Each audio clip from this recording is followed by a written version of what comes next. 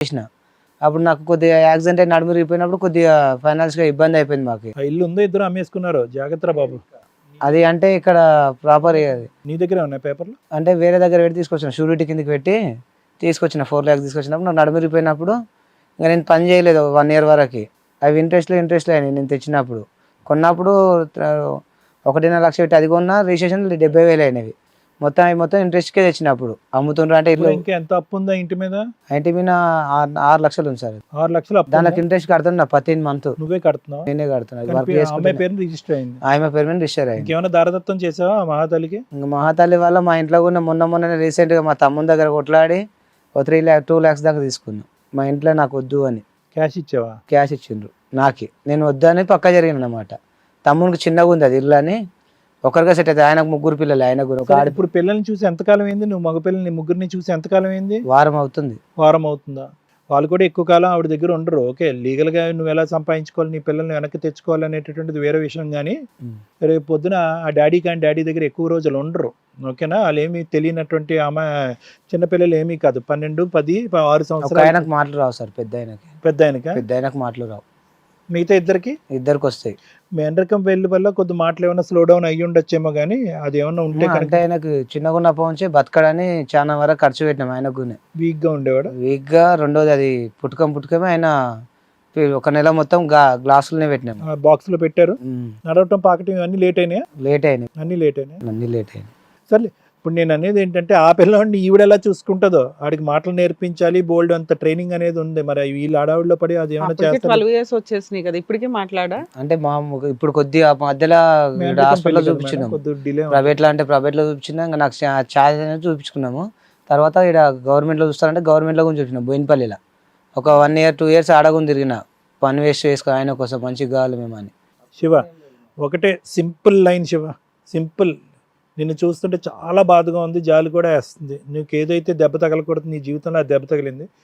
ప్రేమించి బయటకు తెచ్చుకుని పెళ్లి చేసుకున్నందుకు నీ తల మీద గుడిబండ పెట్టుకుంది. దరిద్రం వదిలిపోయిందని అనుకో. కానీ నాకు ఒకటే బాధ ఏంటంటే, దయచేసి ప్లీజ్ నువ్వు చచ్చిపోయేటటువంటి ప్రయత్నం చేయగలుగుతావు. ఇలాంటి ట్రై చేసిన సార్. వద్దు, ఎందుకు అసలు అక్కర్లేదు. ఒకటి నేను చెప్తున్నాను, ఒక క్యారెక్టర్ లేనటువంటి ఆడపిల్ల, ఇప్పుడు ఒక క్యారెక్టర్ ఉన్నటువంటి తండ్రి కూడా తన ప్రాణాలు తీసుకుంటే ఏ దిక్కును పోవాలో ఆ 3 పిల్లలు? సింపుల్ లాజిక్ ఆలోచించుకో. ఇక్కడ ఎక్కడ కూడా స్వార్థంగా నువ్వు ఆలోచించొద్దు. ఒక భర్తగా ఓకే, ఆ స్థానం లేకపోయినా కూడా ఆవిడ నీకు ఎలిజిబుల్ కాదు అనేటటువంటి తీసి పక్కన పెట్టేసి ఒక ఫాదర్గా ఉండటానికి మాత్రం ట్రై చేయనన్న. ఎస్పెషల్లీ ఆ పెద్ద అబ్బాయి గురించి. ఎందుకంటే వాడు చాలా ఛాలెంజెస్ చూస్తాడు జీవితంలో. వాళ్ళు మాటలు రావట్లేదు, అకాడమిక్స్లో చదువు పరంగా స్లోగా ఉంటాడు, భవిష్యత్తులో చాలా ఛాలెంజెస్ ఉంటాయి. వాడికి పెద్ద దిక్కు నువ్వే. మిగతా 2 పిల్లలు ఎలా ఉన్నారని నేను చూడలేదు, నువ్వు నాకు చెప్పలేదు, అది పక్కన పెట్టు. 3 పిల్లలకి ఈరోజు ఒక శక్తిగా ఉండేటటువంటి వ్యక్తి నువ్వు ఒక్కడవే. కాబట్టి దయచేసి చచ్చిపోవాలి, ప్రాణాలు తీసుకోవాలి అనేటటువంటి ఆలోచన మాత్రం ఏ కోసాన కూడా నీ బ్రెయిన్లోకి రానివ్వద్దు. అంతకు మించినటువంటి పాపం పని ఏం లేదు. వాళ్ళ పాపానికి వాళ్ళు కొట్టుకుపోతారు. అది 110%. పిల్లలు ఇంకొక 5-6 years రాని, టీనేజ్లోకి రాని, నువ్వు ఎవడరా అని అక్కడ ఉండేటటువంటి ఆ వ్యక్తిని నిలదీయకపోతే, చెప్పించి వాడి మొహం పగలగొట్టకపోతే, పరిగెట్టుని నీ దగ్గర రాకపోతే నన్ను అడుగు, ఆ రోజు వస్తుంది. కాబట్టి ఆ మంచి రోజు గురించి నువ్వు ధైర్యంగా ఉండాలి, పోరాడాలి. ఆ పిల్లలు నీకు దక్కించుకునేటటువంటి పూర్తి స్థాయి ప్రయత్నం చేయాలి. అటువంటి ప్రయత్నానికి మేము ఏమైనా తోడ్పడాలన్నా మేము తోడ్పడతాం. ఓకేనా? Thank you sir. మేడం, చాలా కష్టంగా ఉంది మేడం వినడానికి. ఎంత దారుణం అంటే, నిజంగా హానెస్టీగా ఉన్న హస్బెండ్స్ ఈ రోజున సమాజంలో బతకడానికి ఆలోచించాల్సిన పరిస్థితి వస్తుంది. ఇంత దారుణమైన పరిస్థితి ఏంటంటే, 12 years లవ్ చేసి పెళ్లి చేసుకున్న ఒక అమ్మాయి, తను ఏదంటే అది ఛాన్సెస్ ఇస్తూ వచ్చాడు, కెరియర్లో సెటిల్ అవ్వమన్నాడు. ఈ రోజున 1 week నుంచి పోలీస్ స్టేషన్ల చుట్టూ తిరుగుతూ నాకు న్యాయం జరగడం లేదండి అంటే, నిజంగా అతను చెప్తున్నవి నిజాలు. ఎందుకంటే ఒక అక్రమ సంబంధం ఒక వైఫ్కి ఉంటే పోలీస్ స్టేషన్లోకి వెళ్ళి ప్రూవ్ చేయడం చాలా కష్టం.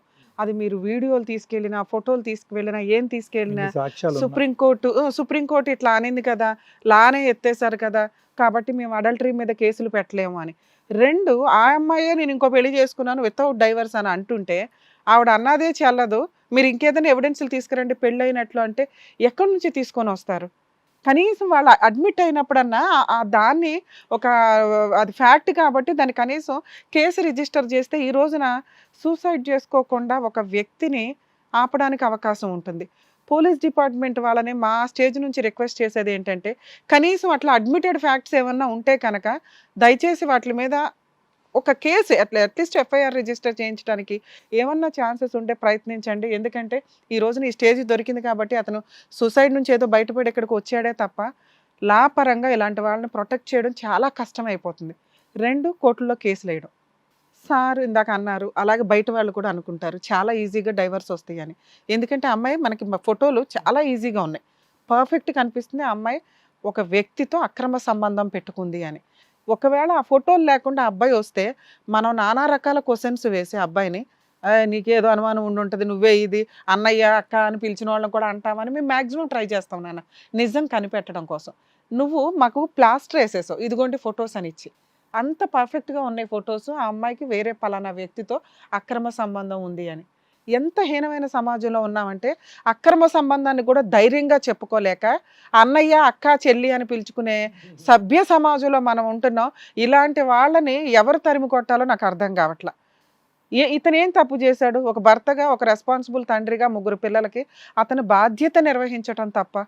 ఖచ్చితంగా ఇట్లాంటి వాళ్ళకి సపోర్ట్ చేయడానికి రెవెల్యూటివ్గా కామెంట్స్ రూపంలో తెలియజేయండి. ఎందుకంటే కనీసం అవి ఎవరో ఒకళ్ళు చూసినప్పుడు లీగల్ సెల్కి, లీగల్ డిపార్ట్మెంట్లకి సంబంధించి రియలైజ్ అవుతారు.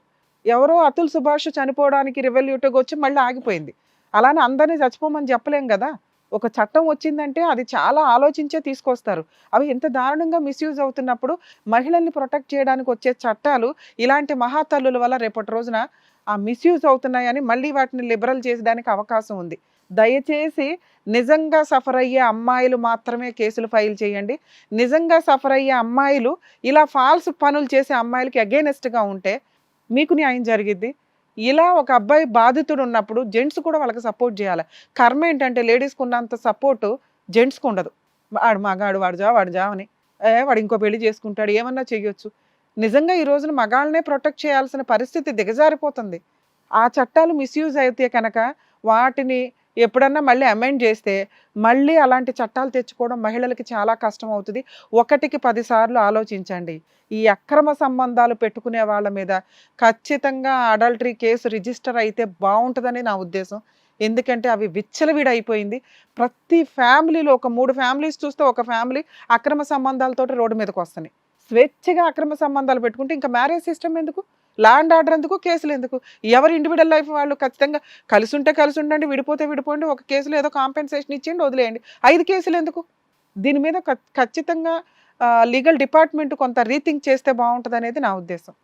నాన్న, మీరు మమ్మల్ని నమ్ముకొని వచ్చారు. మీ కేసు అంత ఈజీ కాదు, మీ డైవర్స్ అంత ఈజీ కాదు, మీరు అమ్మాయి మీద కేసు వేయడం అంతకంటే ఈజీ కాదు. అది అందుకే ఎంతసేపు మాట్లాడాల్సి వచ్చింది. నువ్వు ఏదైతే అన్నావో ఈజీ కాదు అని అది నిజం. కానీ ఇందాక సార్ చెప్పారు చూసారా, ధైర్యంతో పోరాడాలని. నీలాంటి వాళ్ళు కూడా పోరాడకపోతే ఎట్లాగా?